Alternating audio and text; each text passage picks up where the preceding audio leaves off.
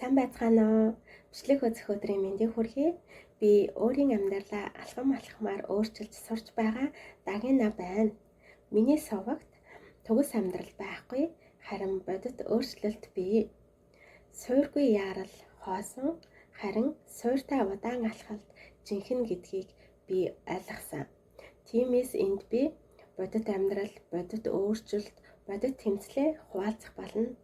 Та энэ сувгаас өдөр тутмын жижиг ялалтууд, бие сэтгэл, дэглэмийн бодит зам, уналт ба басалтыг харах болно.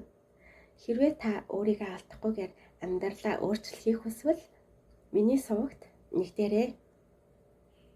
Суур тодорхой зам үргэлжилж байна. Баярлалаа.